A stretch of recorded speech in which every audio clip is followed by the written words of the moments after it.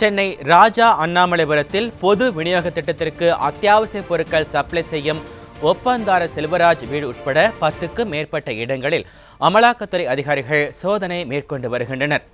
கூடுதல் விவரங்களை தருகிறார் நமது தலைமை செய்தியாளர் ஜெயக்குமார்.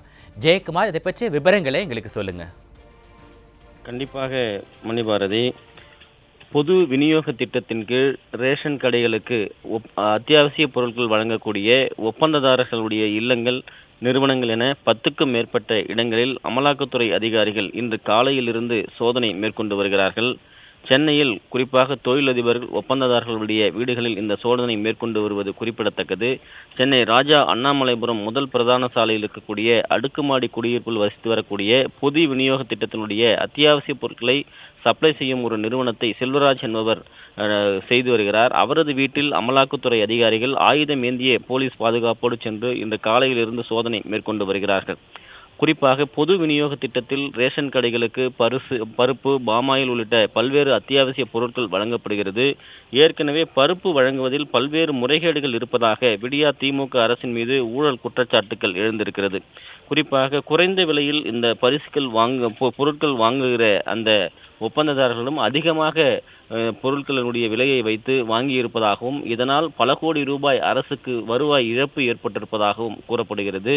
இந்த நிலையில் அமலாக்கத்துறை அதிகாரிகள் அது சார்ந்த ஆவணங்களை எல்லாம் திரட்டியிருப்பதாகவும், குறிப்பாக தமிழகத்திற்கு பொது விநியோக திட்டத்தின் கீழ் பொருட்களை வழங்கக்கூடிய ஒப்பந்ததாரர்களுடைய இல்லங்களில் இந்த சோதனை மேற்கொண்டு வருவதாக தெரிவித்திருக்கிறார்கள். குறிப்பாக வேப்பேரி, ராஜா அண்ணாமலைபுரம் உள்ளிட்ட பல்வேறு இடங்களில் இந்த சோதனையை மேற்கொண்டிருக்கிறார்கள்.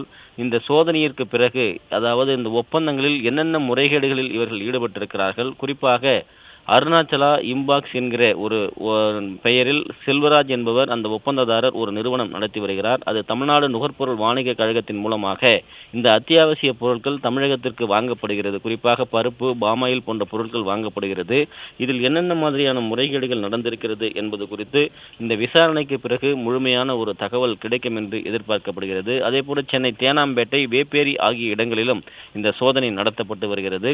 இந்த சோதனையுடைய பின்புலம் என்னவென்றால், மக்களுக்கு வழங்கக்கூடிய, குறிப்பாக ரேஷன் கடைகள் மூலமாக வழங்கக்கூடிய துவரம் பருப்பு, அதே போன்று பாமாயில் உள்ளிட்ட பொருட்கள் அதிக விலைக்கு டெண்டர் கோரப்பட்டதாகவும், அதில் பல கோடி ரூபாய் அரசுக்கு வருவாய் இழப்பை ஏற்படுத்தி இருப்பதாகவும், ஏன் அந்த அளவில் குறைந்த விலையில் கிடைக்கிற பொழுது துவரம் பருப்பு பொறுத்தளவுக்கு தமிழகத்திலே பல்வேறு இடங்களில் விளைச்சல் அதிகமாக இருக்கிற போது அதனை கொள்முதல் செய்யாமல் ஏன் வெளிமாநிலங்களில் இது போன்ற கொள்முதல் நடைபெற்றிருக்கிறது, இதனுடைய பின்புலம் என்ன, எவ்வளவு ரூபாய் வருவாய் இழப்பு ஏற்பட்டிருக்கிறது, இதனுடைய மோசடியினுடைய பின்புலங்கள் எவ்வளவு நடந்திருக்கிறது என்பது குறித்து ஆதாரங்களுடைய அடிப்படையில் அமலாக்கத்துறை அதிகாரிகள் இந்த சோதனையில் இறங்கியுள்ளதாக அதிகாரிகளுடைய வட்டாரங்கள் தரப்பில் தகவல் தெரிவிக்கப்பட்டிருப்பது குறிப்பிடத்தக்கது. மணிபாரதி, விவரங்களுக்கு நன்றி ஜெயக்குமார்.